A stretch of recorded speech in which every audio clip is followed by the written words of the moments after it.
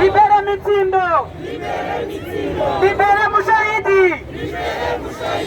Libere Mushahidi. Libérez les prisonniers politiques. Libérez les prisonniers politiques au Rwanda.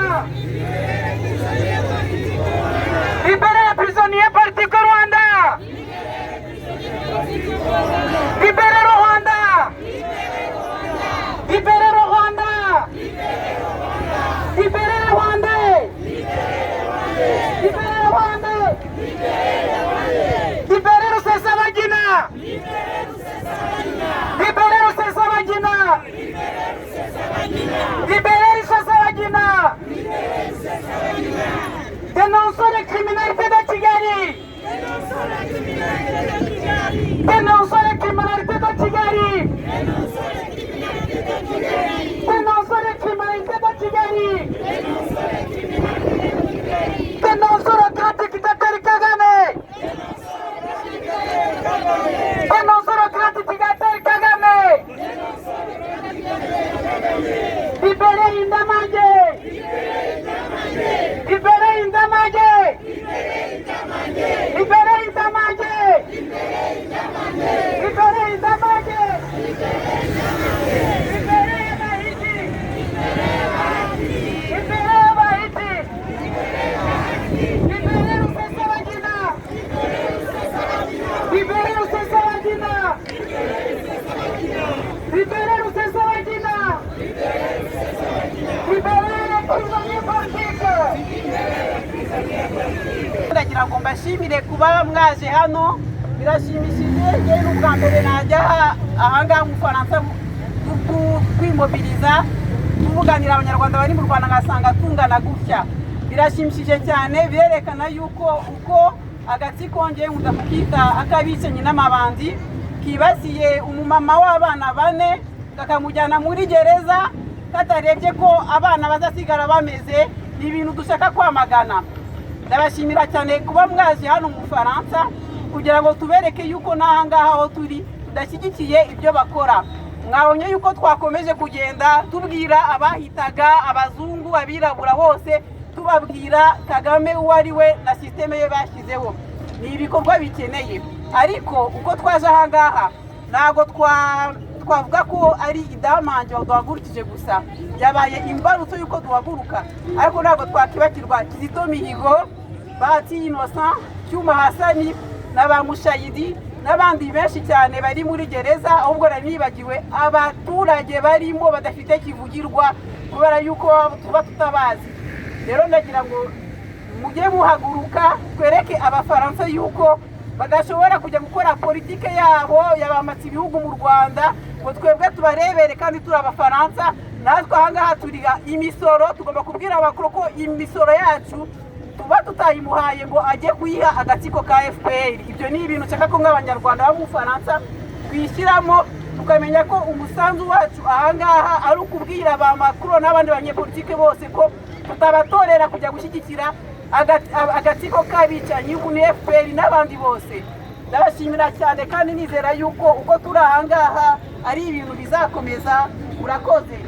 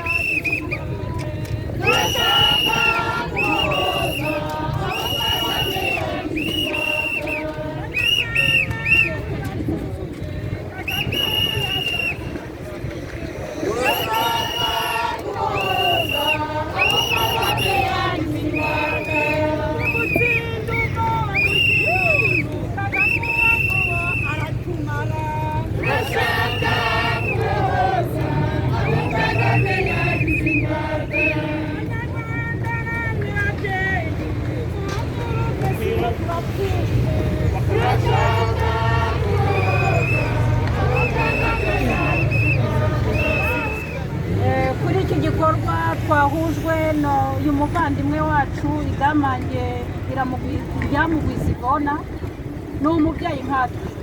Njye muri aka kanya mfashe ijambo ndifashe nk'umubyeyi uzi akababaro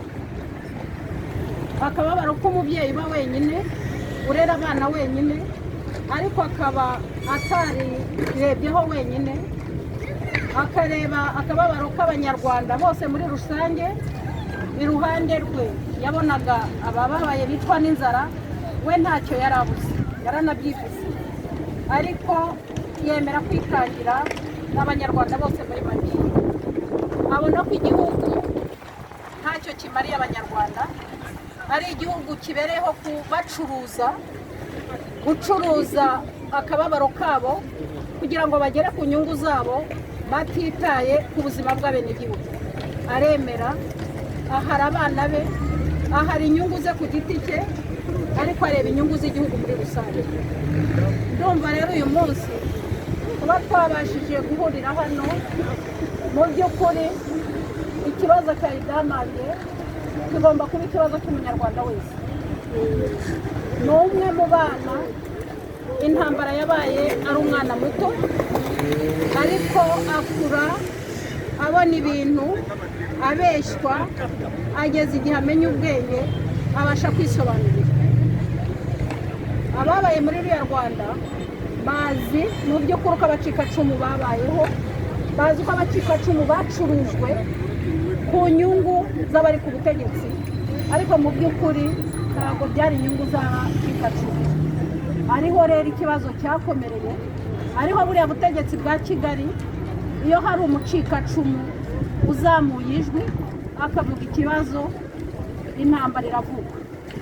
Intambara iravuga kubera iki? Kubera ko nta bundi bubasha bafite bwo gutegeka abanyarwanda, bwo kuyobora abanyarwanda, uretse amaraso y'abacu bamenye. Bavandimwe, uzi ko azi agaciro k'amaraso y'umuntu, ubundi afite agaciro gakomeye kandi n'intavogerwa. Leta ya Kagame na FPR bakoze ku kidakorwa, bakoze ku kizira, ariyo mpamvu Idamange yahagurutse abona ko ibintu bidashobora gukomeza kwihanganira. Ubwo rero natwe bavandimwe, niba mu by'ukuri mesaje yarayidusigiye, uretse ko atari we wenyine, hari na Kizito wabanje. Kizito we waririmbaga indirimbo z'Imana, akigisha amahoro, akigisha ubumwe, ariko ibyo byose ntabwo ari mesaje ihita mu matwi ya FPR na Kagame. Bo ibyabo ni ukugira ngo babaririmbe, babavuge ko ari abami, babavuge ko ari ibitangaza bakoze ibintu bidakorwa n'abantu, kandi barakoze amahano. Ayo mahano niyo yaduhurije hano, ayo mahano tuyamagane, kandi guhera uyu munsi tubigire intego kugeza igihe tuzagera ku cyifuzo cya Idamange cya revolisiyo nyayo, abanyarwanda tukabana tukaba mu mahoro, tukagira ubumwe kuko dufitanye.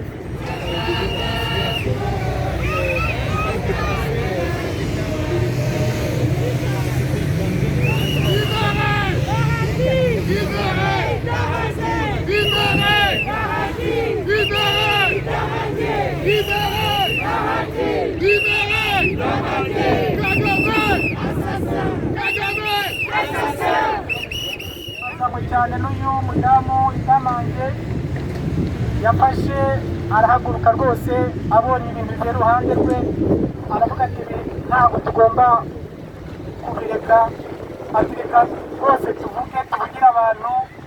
Abona abantu inzara yabamaze, abona nta muntu utinyuka kuvuga, nuko aravuga ati ngewe rwose ndavuze, ndabavugira, ngiye kuvuga ibyo mbona, wenda uzabizire. Yego yahise abizira kubera ko umubyeyi w'abana 4 bahise bamujyana, nta n'ubwo nta muntu uzi ahantu afungiye. Icy'ingenzi ni uko ubu natwe icyo yadusabye ati dore ibintu biracika, turi mwaka dufite amahirwe kuba turi hanze, turi mu gihugu bifite demokarasi, umuntu ashobora kuvuga. Natwe tugomba gushyira imbaraga hamwe, hanyuma ijwi tukareba ko rwose ryagera muri kiriya gihugu abanyarwanda bakazashyira bakabona amahoro bakabona ubumwe bakamenya ko ari abantu nk'abasha tugomba guhaguruka. Hongeraho kandi uyu mubyeyi yasize afite abana, ubwo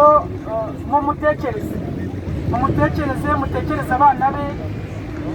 Dukeneye nibura kuba twabona nk'umwavoka ukurikirana ibye, kuko murabizi iyo wibeshye ugafungwa uzize ibya politike mu Rwanda udafite nibura umwavoka, udafite umuntu ukuvugira. Akeneye nibura umwavoka uzajya kumusura, nibura tukamenya ko yamubonye ko umuntu agihumeka. Libera Mitsindo! Libera Mitsindo! Libera Mitsindo! Libera Mushahidi! Libera Mushahidi! Libérez les prisonniers politiques! Libérez les prisonniers politiques au Rwanda! Libérez Indamange! Libérez Indamange! Libérez Indamange! Libérez Bahiti! Et je voudrais tout d'abord vous remercier pour votre mobilisation. C'est vrai que l'arrestation de Madame Ida Mangé, Ilya Mubiza Yvonne, c'est une arrestation de trop. C'est une vase qui est déjà pleine et qui déborde déjà. Cette arrestation, elle est de trop parce que c'est une maman de 4 enfants qui de plus les élève seuls, qu'ils aient osé la mettre en cachot. C'est quelque chose d'inacceptable pour nous tous, en particulier pour nous les femmes qui élevons aussi les enfants. Mais on ne peut pas limiter notre mobilisation à elle. Nous avons perdu Kizito il y a 1 an. Il y a Bahati Innocent qui est porté disparu. Il y a Tchouma Hassani qui lui aussi est en prison pour avoir dit que le corps de Kizito présentait des blessures et que du coup ça remettait en cause la thèse du suicide que personne n'avait accepté. Mais surtout, je voudrais souligner que ça a commencé depuis 1990 et que donc ça fait un peu plus de 30 ans que le peuple rwandais souffre par des gens qui avaient soif du pouvoir et qui nous ont menti qu'ils voulaient construire le Rwanda. Alors je vous remercie beaucoup de vous être mobilisés. Nous sommes ici en France, mais nous devons aussi rester solidaires avec nos compatriotes qui sont au Rwanda. Parce qu'on peut partir du Rwanda, ils peuvent nous expulser du Rwanda, mais ils ne peuvent pas enlever notre Rwanda qui est en nous. Je voudrais vous dire qu'en ce moment, la politique de la France au Rwanda nous peine tous, parce que c'est une politique qui met en avant leurs intérêts et non pas les droits fondamentaux. Et notre mobilisation peut compter en France pour cela. Nous sommes des citoyens français et quand nous agissons, les problèmes que les politiques français peuvent voir comme un problème rwando-rwandais devient franco-français. C'est en ça que je vous remercie et que je voudrais vous inviter à continuer et ne pas arrêter. Et surtout, nous devons continuer pour que cette arrestation soit la dernière. Iyi myigaragambyo kuri wowe urumva yahabwa ikihe gisobanuro? Urumva umunyamakuru muri Ndahabi hari ibisobanuro byinshi, ariko iby'ibanze nuko mu Rwanda abantu baniganira ijambo. Turazi neza yuko abanyamakuru barabura, abanyarwanda ntibagishobora kuvuga, abantu barabicisha inzara bakabura uko babigenza, ku buryo rwose mu Rwanda nta kigenda. Hakeneye impinduka, ibintu bihari bya FPR bikavaho rwose. Iriya ngoma igomba kuba irambiranye, abanyarwanda bose barayirambiwe, baba bo mu Rwanda baba n'abari hanze. Icya kabiri ni uko abantu b'abagore batangiye kumva yuko babangamiwe, nibo barera abana, nibo bateka, nibo bazi uko abantu batakirya, none basanze nabo bakwiriye kurekura ururimi bakavuga ibiriho. Murabona yuko uyu mudamu witwa Idamange yazize ibyo yavuze. Ariko na mbere n'abanyamakuru n'abandi batanga ubuse baganira barimo baricwa. Murabona ko abantu baragenda bakaburirwa irengero, ibyo bintu ntabwo bikwiriye gukomeza. Hanga ingero zo muri iyi minsi. Muri iyi minsi rero murabona ko hari abantu benshi bakomeza kubura buri munsi. Muri iyi minsi bimeze nabi, ariko ni ibintu bimaze iminsi, kuko muribuka banitegeka ukuntu yafunzwe kubera ko ashatse kwiyamamaza. Twumvise ba Ingabire bavino bakagenda bagiye kwiyamamaza, none n'ubu urasanga nta jambo rihari, n'abanyamakuru bamerewe nabi. Muri make muri iyi minsi bimeze nabi. Bahati Innocent, uwo Bahati Innocent rero nabonye afite imivugo myiza, hari n'uwo yise Gihanga, hari n'indi, ariko rwose muri iyi minsi numvise ko ngo yaragiye no kudushyiriraho undi, ariko babyumvise baramufata baramufunga. Ubwo rero urumva ko mbese nta bwinyagamburiro buri mu Rwanda. Icya nyuma navuga ni uko abantu barafunze, abantu bafite ubwoba rero bugomba gushira abantu bakumva ko igihugu ari icyabo. Ariko ubu ngubu abantu bafungiwe ubusa ni benshi, abafungirwa ubusa ni benshi, kubura ababurirwa irengero ni benshi. Urumva mu gihugu ahantu birirwa bakubita abantu ngo kubera yuko bashatse kujya gushaka icyo kurya.